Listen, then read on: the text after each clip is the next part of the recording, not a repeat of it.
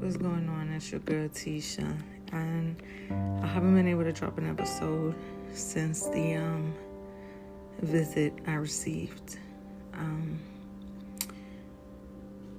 It's so much to unfold, and it's so traumatic. This experience I'm going through with the Most High showing me full circle my greatest, I would say, hidden enemy or hidden... I knew the person was already a narcissist, but I did not know this person was even more possessed than what I thought.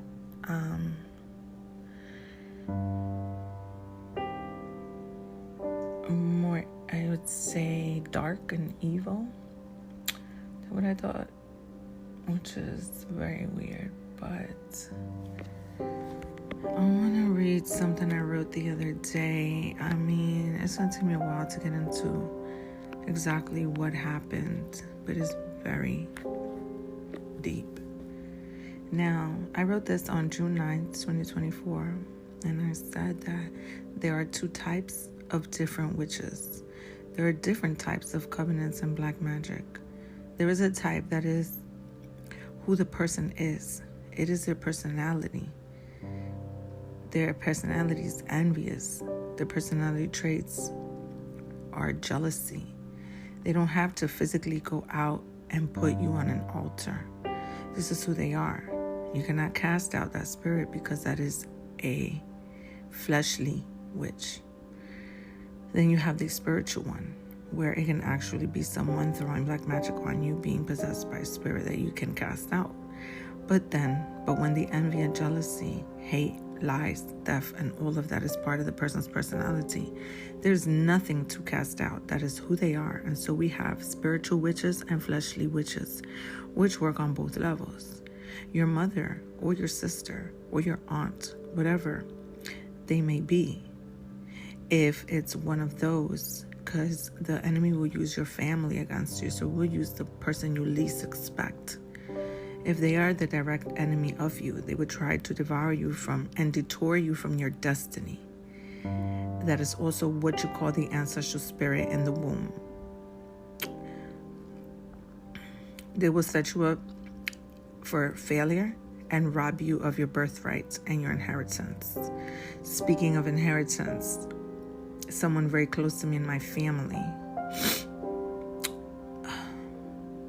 she went and straight up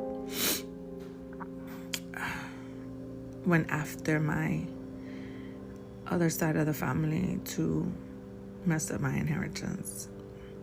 So, I mean, it clicks on every level, but that's an example of a direct attack of a witch that's your own, and they don't congratulate you. If they do, it's fake. They do not have the capacity to love you because they are in direct competition with you. They do not have empathy. That part of their brain is clicked off. So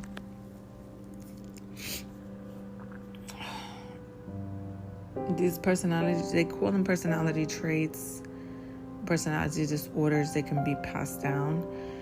But the thing with them being passed down is it's just continuing the cycle, the curses and the ancestral cycles of oppression and things like that.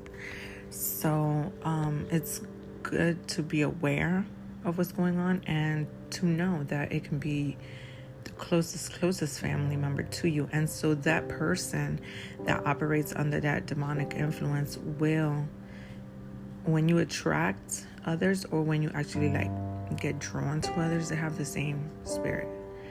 So then you realize, oh, my boyfriends are the same. Oh, my friends are the same. And when you come across some that aren't like that, you tend to push them away and feel that there's something wrong with them because they're not carrying the same familiar spirit that you're used to.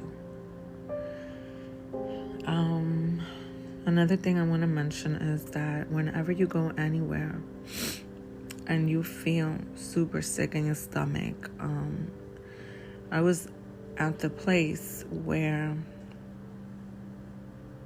it seems like the person who did the black magic on me had messed with a lot of other dark witchcraft in there, and my stomach could not stop trembling. I could not sleep or eat for days, and it was just a weird feeling up in there. The anguish, the restlessness, and the things that took off, were supernatural, and everything was right on time, where the Most High revealed to me who was doing these rituals and black magic on me, whether they were present or they were in the past. But by me knowing, it was that's already how do I explain spiritual warfare, just for me to get to the answer, get to that revelation, because the forces want to hide the truth, but it couldn't in this situation. And because what's going to come out for the higher good, nothing can stop what God has planned. And God wanted me to see this. Now, this took 20 years to uncover. But I've been under direct abuse for 40 years. So this is amazing. And it's been exactly 10 years since I found out about it now, but it was 10 years ago that the voodoo doll with the pins, was performed. And for many, many years, I would feel the stabbing pains in my ribs, and I went through a whole witch doctor to cleanse me, and I really had to go to several places, like the cemetery, the water, the river, the beach. But now that I look back, the Most High has shown me that in all reality, the person discovered that doll back in 2014, which was the time that I got cleansed. So the Most High is in charge and in order of everything. Regardless, it was going to come to the light at this pivotal moment right now, where I'm finding out my own flesh and blood has been doing this to me, and this is part of the narcissistic abuse. They will also perform black magic and rituals on you, and they are witches. And the reason for it is to, also creates codependency, enmeshment. They don't want you to do better than them. They want you to constantly need them, because this is what they feel. They feel power. So they are not able to feel empathy and love, but they can feel power and, this inflated sense of self, this grandiosity. Okay, so I just wanted to touch on these bases because I am going through such a spiritual awakening that, I don't know, I'll be honest, I'm grieving two people. Not to mention the sickness that they went through in order for me to find out these things that have been happening, the sickness that hit them. I've seen already twice within the time frame of each time I was going to uncover a major hidden secret. The person would just get sick. When I got on my knees and I asked the Most High, I said, am I doing the right thing? Because I was even going to put this person in a new apartment, in a beautiful apartment. And, that way they wouldn't be jealous of where I live anymore, or be trying to get into my place. I was going to get them something so beautiful, to heal them, to open their heart. But the Most High showed me the next day that was not in the plans. So this was a situation where I couldn't even rely on what anyone's telling me. See, everyone around me was like, yeah, you're doing the right thing. Others would say, are you sure? Are you sure? Others is like, don't be hard on yourself, or you don't have to be anybody's savior. But the Most High is the one that is in control. Okay? So big delay in the plans, and probably a whole turn of events after all of these revelations have been coming out, and it's been taking me almost 2 months.